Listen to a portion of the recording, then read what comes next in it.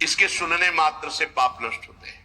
पक्का बुद्धि भ्रष्ट हो जाती है जो सूर्य भगवान को अर्घ नहीं देता। सूर्य भगवान को अर्घ देना, सूर्य भगवान को प्रणाम करना, नमस्कार करना, ये बुद्धि को सत्य की तरफ ले जाता है। भगवान सूर्य की सबको आराधना करनी चाहिए। जो सूर्य भगवान की आराधना नहीं करते उनका तेज, आयु, श्री, कांति सब नष्ट हो जाता है। ये जो सुबह सोते रहते हैं ना 9 बजे तक, कैसा जीवन। अरे भुवन भास्कर भगवान आ रहे हैं, कम से कम उठ जाओ सैया से, इतना ही आदर करो, इतना ही आदर कर लो। उत्तम बात तो है कि नहा धो करके अर्घ दो, थोड़ी देर नाम जप करो। मनुष्य जीवन मिला क्या? मरना है, मरना है। यहाँ आनंद के लिए आए हो, आनंद श्री जी के नाम रूप लीला धाम में, सोने में नहीं। सूर्य उदय सैया पर हो जाना बड़ा मंगलकारी है। इसलिए जिन जिन के कानों में शब्द पड़ रहे हो, अगर आप रात्रि जागरण करने की सेवा करते हैं, ड्यूटी देते हैं, तो आप सूर्य उदय के समय उठ जाइए और उनको प्रणाम करके फिर सो जाइए। पर सूर्य उदय होते समय आपका उठना अनिवार्य है। अगर ऐसा नहीं तो आपकी श्री, कीर्ति, शांति, मंगल, सुख सब नष्ट हो जाएंगे। देख लेना, आप देख लेना।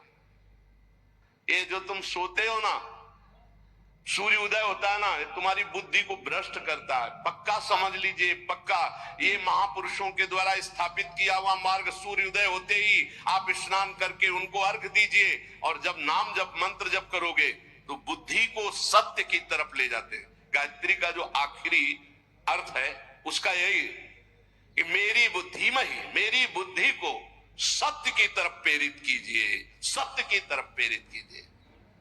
ये बुद्धि भ्रष्ट, श्री, कीर्ति, वैभव सब नष्ट हो जाएगा। इसलिए मान लो हमारी प्रार्थना, आप रात की ड्यूटी करते हो तो घर वालों को बता दो कि सूर्य उदय होने के पहले में जगा देना। जग जाओ, 5 मिनट हाथ जोड़कर नाम जप करो, प्रणाम करो। भगवान हमको ऐसी ड्यूटी लगाए हो कि अब हम भजन नहीं कर सकते, अब हम सोएंगे। फिर सो जाओ, बच जाओगे। नहीं ऐसे ऐसे अपराध बनेंगे कि बुद्धि काम ही नहीं करेगी। ये जो पुरुष सूर्य भगवान का अपमान करते हैं, उनकी आयु का नाश करते हुए आकाश में विचरण करते हैं। सूर्य की तरफ थूकना, लघु शंका करना, ये सब पशुवत आचरण। अब ज्ञान ही नहीं रह गया, न शास्त्र सुनना है और न शास्त्र पढ़ना है। अब तो जो कुछ है वो मोबाइल है। अरे धर्म से चलो, भगवान का नाम जप करो, नमक रोटी खाओ, चैन से जियो। जीना नहीं आ रहा, जीना नहीं आ रहा। बेविचार प्रवृत्ति बढ़ती चली जा रही, धन लोलुपता बढ़ती चली जा रही, हिंसा बढ़ती चली। क्यों? वासना में इतना भूत चढ़ गया है, कुछ ज्ञान नहीं। सुबह उठकर धरती माता को प्रणाम करना, बड़े बुजुर्गों के चरणों में माथा रखना, भगवान का नाम जप करते हुए अपने दिनचर्या में लगना, सूर्य आदि की उपासना करना, भगवान के जो पावन ग्रंथ गीता भागवत के 2-4 श्लोक गायन कर लेना, भोग लगा के पवित्र भोजन, पवित्र विचार, पवित्र दिनचर्या। गरीबी जरूर, लेकिन धर्म युक्त, बहुत होश में, बुद्धि शुद्ध, भोजन सात्विक, आचरण पवित्र। आपको आनंद की आप ईश्वर अंश जीव अविनाशी, चेतन अमल, सहज सुख राशि। सहज सुख राशि कहां पहुंच गया? दुख राशि में घूम रहा है। अरे अब तो दिनचर्या नहीं है। क्या इसमें आयु बढ़ेगी? ज्यादा सोने वाला तेज विहीन हो जाता है, स्फूर्ति विहीन, उत्साह विहीन, बहुत हानि ही हानि है। आप अगर सो रहे तो आपकी बुद्धि पतित हो जाएगी, आपकी बुद्धि भ्रष्ट हो जाएगी। बुद्धि को शुद्ध रखना है तो नींद कम दो। 3 चीजों का अभ्यास कर लो तो बहुत बढ़िया हो जाएगा। कम खाना, कम बोलना, कम सोना। बचो, कम बोलो, कम खाओ और कम सो। फिर देखो आपका जीवन कैसा उत्तम। और 3 ही जगह फंस जाते हैं। जहां अधिक बोलना तो अपराध वाणी का बन गया, अधिक भोजन तो प्रमाद बन गया, और अधिक सोना तो पूछो मत, ये तो जीवन ही बर्बाद करना है। ये भाई तुम्हें सच्ची कहते हैं, शरीर को आप जैसे ढाल लो वैसे ढल जाएगा। 3 घंटे सोने में या 4 घंटे सोने में काम चला लो तो कितना बढ़िया। 20 घंटे आपके पास बचते हैं। 20 घंटे सो के 4 घंटे में निपटाते हैं कार्य, सोच स्नान। और अगर भगवान ऐसे ऐसे जीवन को नष्ट करने वाले जीव हैं तो हमें लगता है मानव जीवन की कृतार्थता का क्या स्वरूप रहा। जो लोग भगवान सूर्य को अर्घ नहीं देते, नमस्कार नहीं करते, आदर नहीं करते, स्वाभाविक है उनकी आयु नष्ट हो जाती। जैसे वर्णन किया गया है कि अपने बड़े बुजुर्ग गुरुजन आ रहे हैं और आप उठकर नहीं खड़े हुए, तो आपकी प्राण शक्ति कमजोर हो जाएगी। ये उनके सम्मान के लिए खड़े होना नहीं, अपनी सुरक्षा के लिए खड़े होना। अपने गुरु, अपने माता पिता बड़े तो उठ के खड़े हो जाओ, नहीं प्राण शक्ति आपकी कमजोर हो जाएगी। भगवान के लिए ही सिर्फ तुम्हारा मानव जीवन है, इसमें आराधना करके आप दिव्य योग शक्ति संपन्न हो जाइए। ब्रह्मा जी ने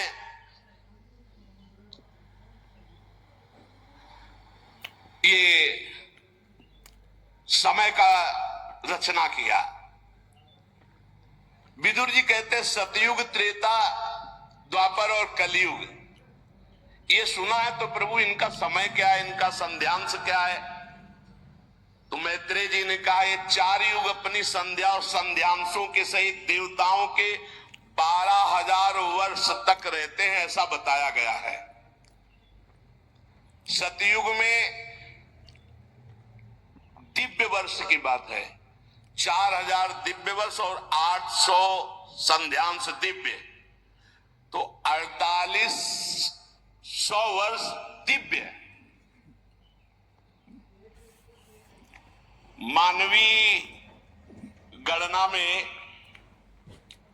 अलग होता है और ये दैवी गणना में अलग होता है। जैसे दैवी गणना में कलयुग है 1200 दिव्य वर्ष, तो मानवीय गणना में 4,32,000 वर्ष, 4,32,000 वर्ष।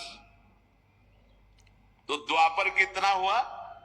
8,64,000 32 दूली, तो 8,64,000 वर्ष द्वापर। इसका तिगुना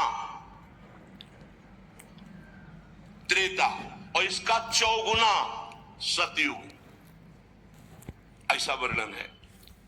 ये 4 युग है। सतयुग के मनुष्यों में धर्म चारों चरण से रहता है, और फिर त्रेता युग में 1 चरण क्षीण होता है, फिर द्वापर में 2 चरण क्षीण होते हैं, कलयुग में 3 चरण क्षीण हो जाते, 1 चरण से चलता है धीरे धीरे। और जब ये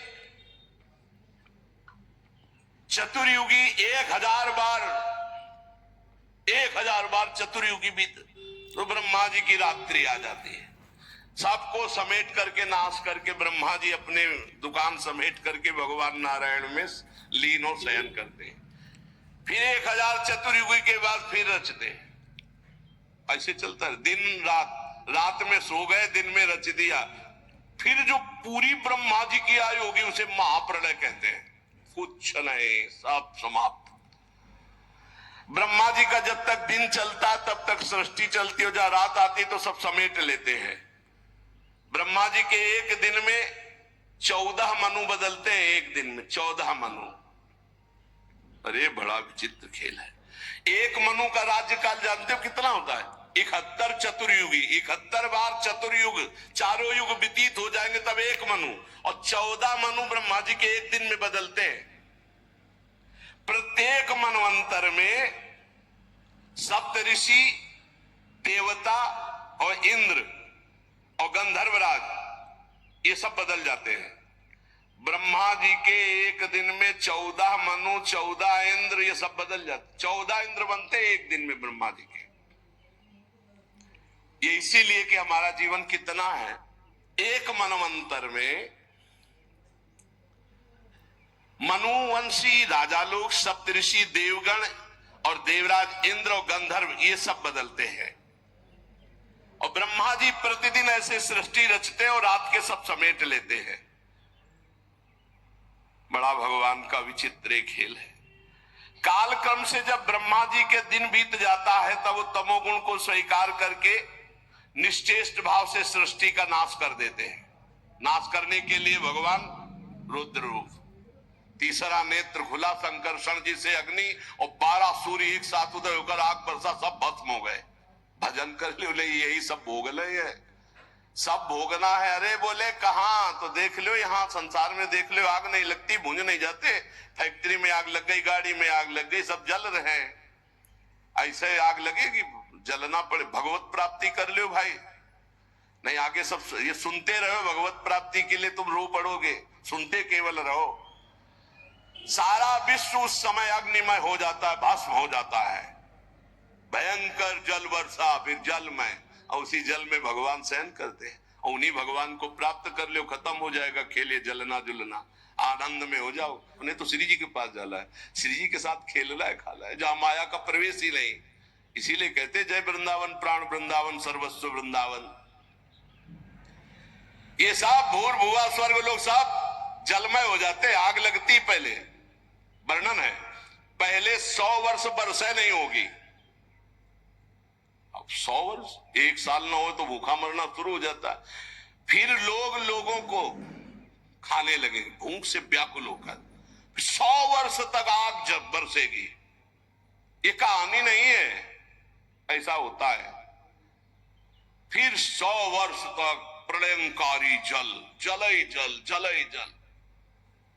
काहे को मरोगे, पहले ही भगवान का भजन करके परम पद प्राप्त कर लो। मनुष्य शरीर इसीलिए दुर्लभ कहा गया है। ये जब सृष्टि नाश होने होती तो भगवान शेष जी के 10,000 फणों से विषैली आग पैदा हो जाती, 12 सूर्य उदय हो जाते, नीचे से संकर्षण, ऊपर से महादेव की तीसरा नेत्र खुल गया, बस मोता सब चला जाओ। राधा राधा, तभी हम कहते कसाई वाड़े में बंद हो काल के, भजन कर लो भजन, कुछ नहीं चलेगी तुम्हारी बादशाही, तुम्हारी ऐंठ, तुम्हारी छाती तान के चलना। बहुत सावधान, राधा राधा, परोपकार कर लो, मंगल कर लो, अच्छी कमाई कर लो, भगवान के पास चलो। सातों समुद्र प्रलय काल के प्रचंड पवन से उमड़ती हुई उत्ताल तरंगों से मर्यादा तोड़कर पूरी त्रिभुवन को डुबाने लगते हैं। उसी जल में भगवान आराम से नेत्र मूंद करके शेष सैया पर शयन करते हैं। 1,000 चतुर्युगी रूप प्रतीत होने वाले दिन रात के फेर से ब्रह्मा जी की 100 वर्ष की परम आयु, ब्रह्मा जी भी भयभीत होते रहते हैं। 2 परार्ध कही गई है ब्रह्मा जी की आयु। पहला परार्ध व्यतीत हो गया है, दूसरा चल रहा है परार्ध, महाप्रलय कह लिए। ब्रह्मा जी की उत्पत्ति ब्राह्म नामक महाकल्प में हुई थी। एक परार्ध व्यतीत हो गया, दूसरा चल रहा है। पाद्मकल्प पहला,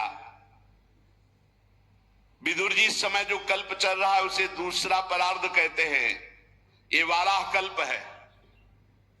पाद्मकल्प पहला परार्ध और दूसरा है वाराह कल्प। इसमें भगवान ने वाराह रूप धारण किया था। ये 2 परार्ध काल अव्यक्त अनंत अनादि विश्वात्मा श्री हरि का, सुनो, ब्रह्मा जी का ये 2 पदार्थ भगवान का क्या है, निमेष, इसे कहते निमेष। ऐसे भगवान हमारे, और ऐसे भगवान को हमारी लाडली जो अधीन की हुई है, इसीलिए हम जीत गए।